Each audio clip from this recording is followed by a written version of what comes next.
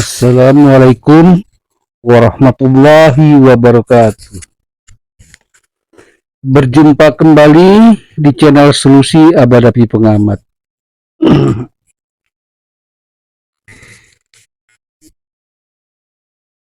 Ini Abah mau cerita, para sahabat.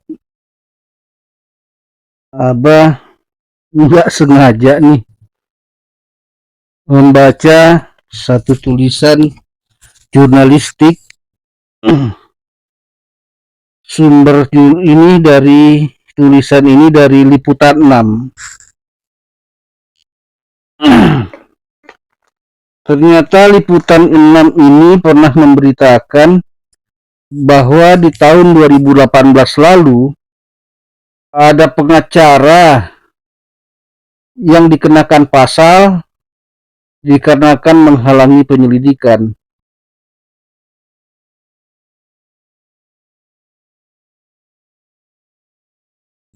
Di mana kasus ini sangat luar biasa dan juga agak sedikit menghebohkan sebetulnya.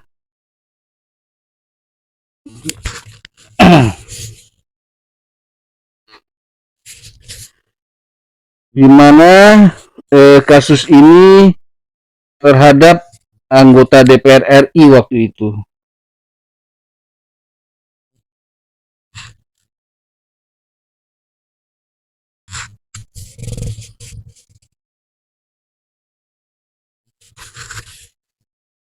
Pengacara ini dia karena keinginan untuk membela kliennya, seperti tertulis di dalam media jurnalistik ini, dikatakan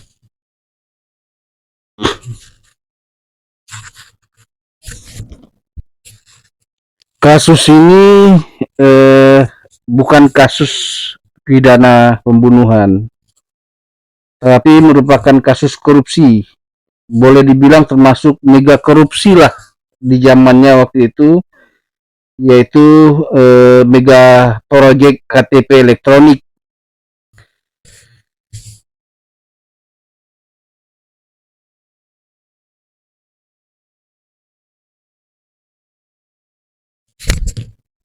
Dimana yang jelas sekali kalau untuk urusan korupsi itu adalah lembaga KPK yang bergerak.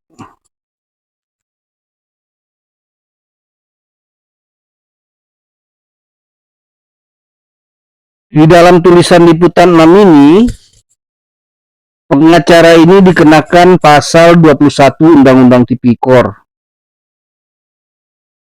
Dan itu masuk dalam laporan yang dirilis oleh Indonesia Corruption Watch atau ICW per tanggal 13 Januari 2018. Wow.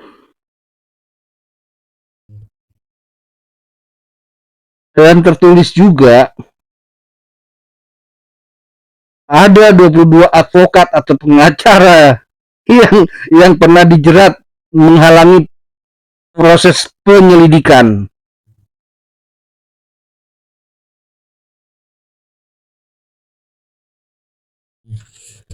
...22 loh ya, jangan salah, ini 22 advokat atau pengacara.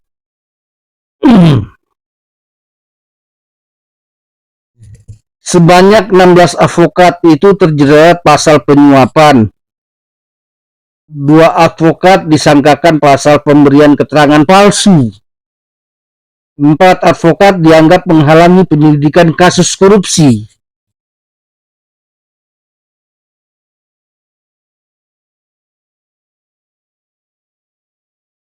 Lalu pada tahun 2005 lalu pun sendiri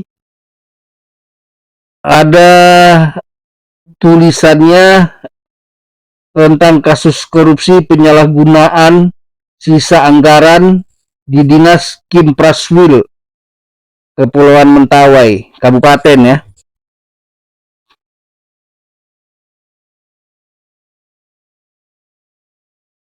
Ketika penyelidik hendak memanggil kliennya, pengacara ini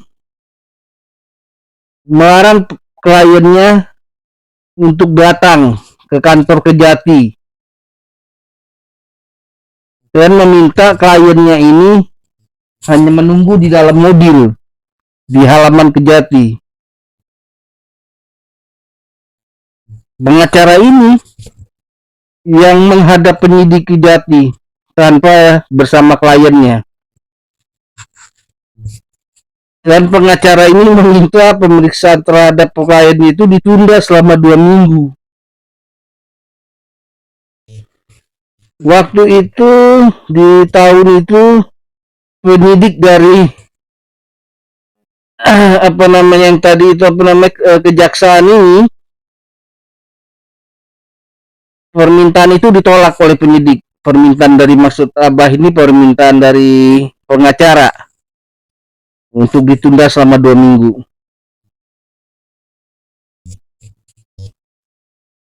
Karena alasannya daripada pengacara ini adalah untuk mempelajari berkas, dianggap oleh penyidik itu nggak masuk akal. Terjadilah perdebatan.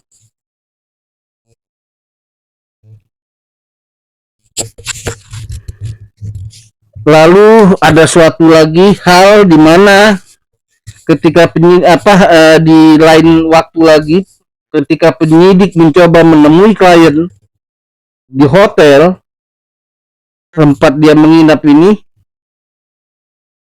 pengacara ini mengatakan kliennya sudah pulang ke rumah, artinya berbohong, padahal ada di hotel tersebut.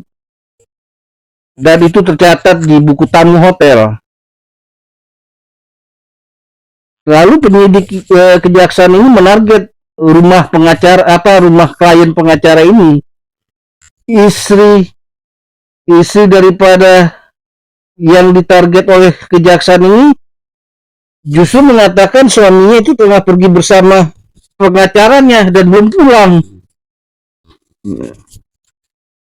Lalu tahun 2008 ini kejadiannya di Pengadilan Negeri Padang yang menjatuhkan vonis 1,5 tahun penjara dan diperkuat Pengadilan Banding Sumatera Barat, sementara MA menjatuhkan vonis 3 tahun penjara. Bahkan pengacara ini sempat DPO, yaitu daftar pencarian orang, dan dinyatakan buron oleh Kejaksaan Mentawai pada tahun 2012 hingga akhirnya berhasil diringkus pada November 2016.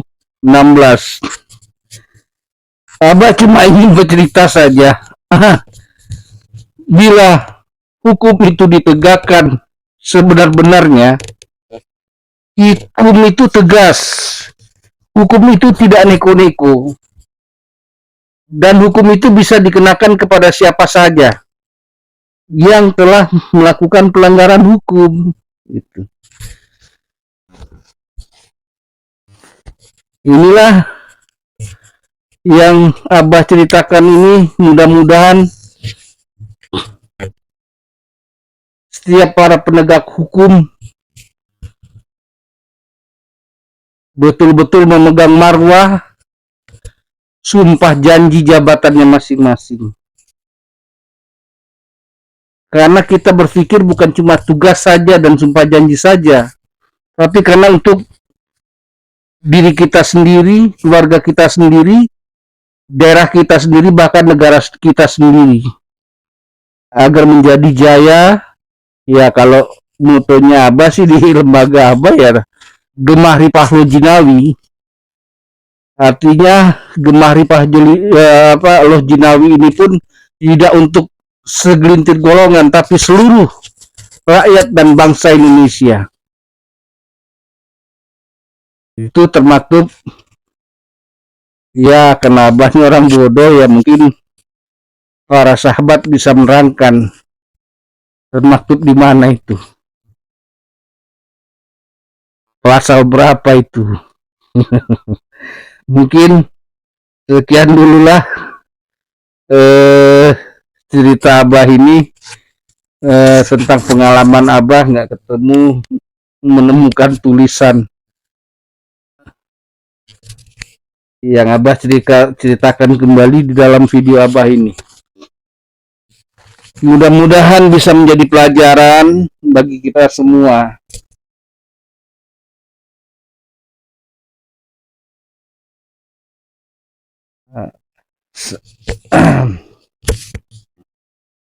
Ya, Abah takut ini video terlalu panjang ya, mungkin Abah pamit lah duluan. Untuk nanti kita lanjutkan bertemu kembali mendengarkan suara Abah yang sember ini, yang memang suara Abah ini tidak bermutu dan tidak enak didengar dibandingkan seperti pembawa acara ataupun para ahli-ahli di YouTube. Sekian dulu Abah tutup. Terima kasih para sahabat setia. Abah harapkan kesediaan tangannya untuk juga like dan men-share agar setiap video Abah ini pun diketahui oleh semakin banyak orang. Dan Abah ingin sekali bisa yang namanya melakukan live. Jadi live ini adalah kita berinteraksi. Abah sebagai konten kreator bisa berkomunikasi langsung dengan para sahabat semuanya. Ya, tapi entahlah kapan ini bisa diwujudkan karena baru subscribe-nya aja baru 300-an. 339 atau 340, masih jauh, harus 1000 subscriber. Ya, mungkin itu saja. Terima kasih semuanya. Sampai jumpa kembali di video Abah berikutnya. Waalaikumsalam warahmatullahi wabarakatuh.